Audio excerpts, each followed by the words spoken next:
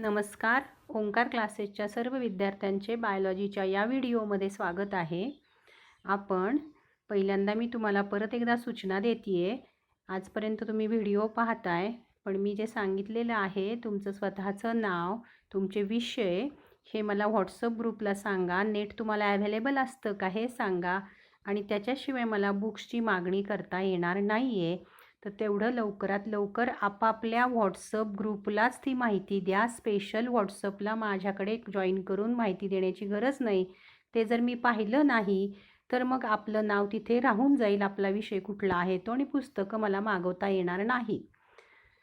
Thank you. लक्ष द्या. आता इकडे आपण प्लांट ग्रोथ नावाचा टॉपिक बघतोय. त्याच्यामध्ये आपण प्लांट हार्मोन पाहतोय. त्याच्यामध्ये काल आपण शेवटचा हार्मोन बघत होतो, कालचा पाहिलेला इथिलीन. आणि त्याच्यामध्ये कन्सेप्ट आपण पाहिली होती डिग्रीनिंग. ती पुन्हा एकदा सांगते की यामध्ये ही प्रोसेस आहे, त्याच्यामध्ये डिकम्पोजिशन होतं ग्रीन पिगमेंटचं फ्रूटमधलं, आणि ते इथिलीनमुळं होतं. आणि त्यालाच आपण म्हटलं this method is called trickle degreening. Trickle या शब्दाचा अर्थ अवघड, म्हणजे हिरवा रंग हळूहळू जाणं आणि फळाचा पिकलेला रंग येणं ही सोपी प्रोसेस नाही आहे, अवघड प्रोसेस आहे.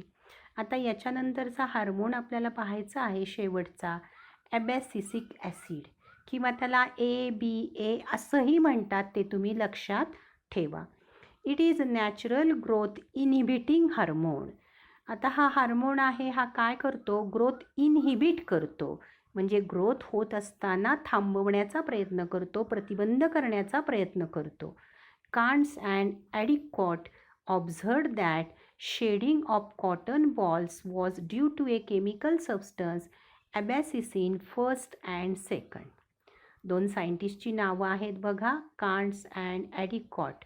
यांनी काय ऑब्झर्व केलं की कॉटनचे जे बॉल्स आहेत, म्हणजे ज्याला आपण बोंडं म्हणतो, ती गळून पडतात, आणि त्याच्यासाठी एक केमिकल सबस्टन्स आहे तिथे रिस्पॉन्सिबल, त्याला ॲबॅसिसिन फर्स्ट आणि सेकंड असं त्यांनी म्हटलं. नंतर वेअरिंग नावाच्या सायंटिस्टनी Wareing isolated a substance from birds of Acer. Wareing नावाच्या सायंटिस्टनी हा सबस्टन्स वेगळा केला ॲसरच्या बर्डकडून, that can induce bird dormancy. आणि त्याच्यामुळं काय होतं आहे, बर्डमध्ये डॉर्मन्सी निर्माण होती आहे. आपण आत्तापर्यंतच्या हार्मोनचा उपयोग पाहत होतो, ब्रेक करतात ते डॉर्मन्सी, आणि इथे बर्डची डॉर्मन्सी वाढवली जाते आहे किंवा इंड्यूस केलं जातं आहे. अँड नेम्ड इट डॉर्मिन, आणि त्यांनी त्याला नाव दिलं डॉर्मिन, म्हणजे डॉर्मन्सी घडवून आणणारा डॉर्मिन. These two identical chemical substances were given the common name abscisic acid. आणि मग नंतर ह्या दोन्ही सबस्टन्सला मिळून नाव दिलं abscisic acid. It is synthesised in leaves. हे काय होतं? लीव्जमध्ये तयार होतं, फ्रूट्समध्ये तयार होतं, रूट्समध्ये तयार होतं, आणि सीड्समध्ये तयार होतं. आता पुढचा पॉईंट व्यवस्थित लक्षात घ्या. बुक्स आणली असतील तर तिथे मार्क करून ठेवा. याचं केमिकल नेचर आपल्याला पाहायचं आहे. Chemically it is a 15 carbon. Chemically it is a 15 carbon sesquiterpenoid and is synthesised from mevalonic acid. आता हे दोन्ही शब्द तुम्हाला लक्षात ठेवायचे आहेत.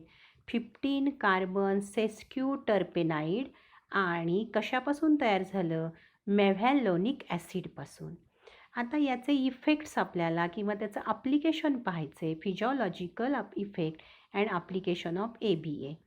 It promote abscission of leaves and induce dormancy in plant. लीव्जमध्ये ॲबॅसेशन घडवून आणतो, म्हणजे एजिंग घडवून आणतो, ॲबॅसेशन घडवून आणतो, आणि डॉर्मन्सी इंड्यूस करतो. इट कंट्रोल डॉर्मन्सी इन बर्डमध्ये डॉर्मन्सी कंट्रोल करतो, सीडमध्ये, and seed by inhibiting growth process. आणि ग्रोथ प्रोसेस इनिबिट करतो, थांबवतो, प्रतिबंध करतो. It accelerate the senses of the leaves, flowers and fruits. म्हणजे लवकर पानं, फुलं आणि फळं ही जी काय आहेत ती एजिंगमध्ये जातात किंवा जास्त वयस्कर झाल्यासारखी होतात, म्हणजे एजिंग होतं त्यांच्यामध्ये. It inhibit delays cell division. Cell डिव्हिजनसुद्धा काय करतं? इनहिबिट करतं. And cell elongation and suppress cambium activity पुन्हा काय करतं, सेल डिव्हिजन डिले करतं, सेल इलॉंगेशन डिले करतं म्हणजे उशीर करतं. अँड सप्रेसेस कॅम्बियम ॲक्टिव्हिटी, कॅम्बियमची ॲक्टिव्हिटीसुद्धा सप्रेस करतं by inhibiting mitosis in vascular cambium. कारण काय करतं ते, मायटॉसिस व्हॅस्क्युलर कॅम्बियममध्ये होऊ देत नाही. पुढचा पॉईंट बघा, ABA could cause efflux of K+ ions from guard cells and result in closure of stomata. आपण opening and closing of stomata पाहिलं होतं पाठीमागच्या टॉपिकमध्ये. तिथं आपण बघितलं होतं K+ आयन गार्ड सेल्समध्ये येतात आणि मग त्याच्यामध्ये एंडॉस्मॉसिस होतं आणि स्टोमॅटा ओपन होतो. तर हा हार्मोन जो आहे तो K+ आयन त्या सेलमध्ये येण्यासाठी कारणीभूत ठरतो आणि त्यामुळं closure of stomata, opening of stomata होतं. So it is known as anti transpirant. म्हणून याला काय म्हणतात, अँटी ट्रान्सपिरेंट. म्हणजे बघा, स्टोमॅटा क्लोज करतो. स्टोमॅटा क्लोज केल्यामुळं ट्रान्सपिरेशन होणार नाही म्हणून त्याला काय म्हटलं, anti transpirant. It act as a stress hormone. आणि तो काय काम करतो प्लॅन्टमध्ये, स्ट्रेस हार्मोन. आपल्याकडे कसे सगळ्यांना स्ट्रेस असतात, ताणतणाव असतात. ह्युमन बिईंगमध्ये तुम्ही बघता सध्या बाहेरची जी परिस्थिती आहे, 1 जुलैला कॉलेज सुरू होणार आहे का नाही, याच्यासाठी तुम्हालाही ताणतणाव आहे, शिक्षकांनाही, क्लासच्या शिक्षकांनाही आहे. तर तो जो ताणतणाव आहे, स्ट्रेस आहे, तर तो स्ट्रेस तर प्लॅन्टमध्ये काय करतो, हा स्ट्रेस हार्मोन म्हणून काम करतो by inducing the plant to bear a adverse environmental condition. आणि त्यामुळं ॲडव्हर्स एन्व्हायरमेंटल कंडिशनमध्ये प्लॅन्ट राहू शकतं. It inhibit flowering in long day plant. Long day plant जी असतात ते लाँग डे प्लॅन्ट काय, शॉर्ट डे प्लॅन्ट काय, आपण पुढं बघणार आहोत. लाँग डे प्लॅन्ट याचा अर्थ त्यांना दिवसभराचा लाईटचा पिरियड जास्त काळ लागतो, त्याला आपण लाँग डे प्लॅन्ट म्हणायचं. But stimulate flowering in short day plant. Long day प्लॅन्टमध्ये फ्लावरिंग इनहिबिट करतं आणि शॉर्ट डे प्लॅन्टमध्ये फ्लावरिंग स्टिम्युलेट करतं, असा त्याचा रोल आहे. तर या पद्धतीनं आपण तो पाहिला. आता याच्या पुढचा जो पॉईंट आहे आपल्याला पाहायचा आहे तो बघा, समजून घ्या. तो आहे बायो ॲसे एक्सपेरिमेंट आपल्याला दिलेले आहेत. कुठल्या कुठल्या हार्मोनसाठी कुठले एक्सपेरिमेंट केले. ऑक्झिनसाठी ॲव्हेना कर्वेचर टेस्ट घेतली, जिब्रॅलिनसाठी अल्फा अमायलेज बायो ॲसे घेतलं, सायटोकायनिनसाठी क्लोरोफिल रिटेन्शन टेस्ट घेतली, इथिलिनसाठी PPP टेस्ट घेतली, ABAसाठी inhibition of alpha amylase test घेतली. याच्यानंतरचा पॉईंट आहे आपल्याला कॅन यू रिकॉलमध्ये पाहायचं आहे, why is auxin called growth regulator. कारण तो काय करतो, प्लॅन्टमधली ग्रोथ रेग्युलेट करतो. ॲक्च्युली तो प्लॅन्टमधली ग्रोथ वाढवत असतो.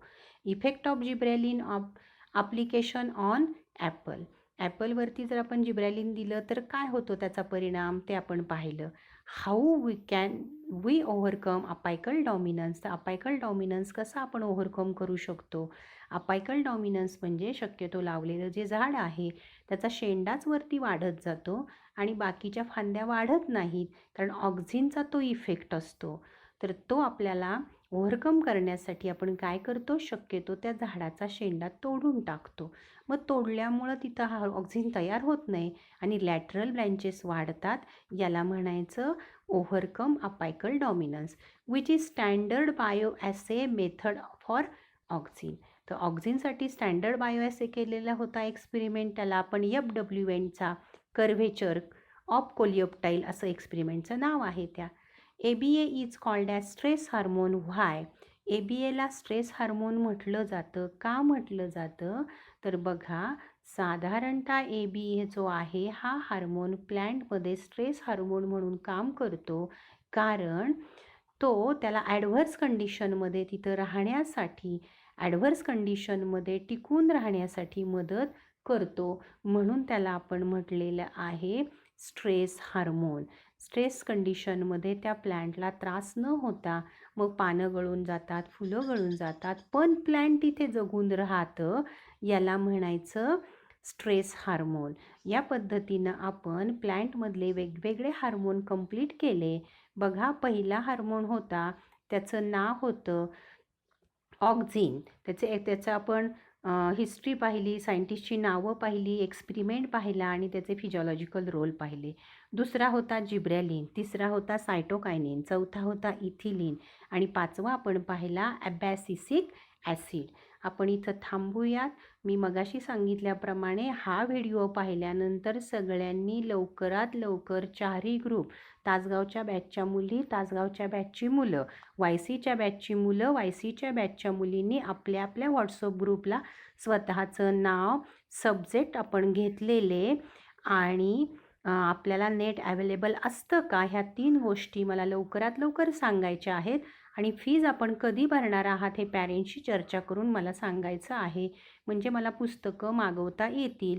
आता अजून 1 महिना कदाचित कॉलेज आणि क्लास सुरू होऊ शकणार नाही अशी बातमी आज येते आहे. आपल्याला 1 जुलैला कॉलेज सुरू होतील असं सांगितलं होतं. कॉलेज सुरू झाले म्हणजे आपोआप क्लासेस सुरू झालेच असते, पण आता कॉलेज आणि क्लास दोन्ही कदाचित 31 जुलैपर्यंत सुरू होणार नाहीत, जुलैच्या एंडपर्यंत सुरू होणार नाहीत. म्हणून आपल्याला हे सगळं आता घरून करावं लागणार आहे. घरी जर परफेक्ट अभ्यास करायचा असेल तर नोट्सची मागणी बरेच जण मला करत होते, त्यासाठी ते आपल्याला नोट्स मागवायच्या आहेत. आणि तुम्ही पेमेंट जमा केल्याशिवाय आणि सब्जेक्टची नावं सांगितल्याशिवाय मला पुस्तकं मागवता येत नाहीत. आज हा 1 तारखेचा व्हिडिओ मी तुम्हाला टाकते. परत आणि 2-3 दिवस 1, 2, 3, 4 तारखेपर्यंत तुम्ही मला ती सगळी माहिती पोच करा. 5 जणांनी मला फक्त माहिती दिलेली आहे, म्हणजे मला रविवारी ऑर्डर दिली तर पुढच्या शनिवारच्या आत बुक्स येतील, म्हणजे त्याच्या नेक्स्ट वीकमध्ये तुम्हाला इथे येऊन पुस्तकं न्यावं लागतील आणि पेमेंट जमा करून पावत्या घेऊन जाव्या लागतील. हे पुन्हा पॅरेंट्सशी बोलून घ्या. थँक्यू.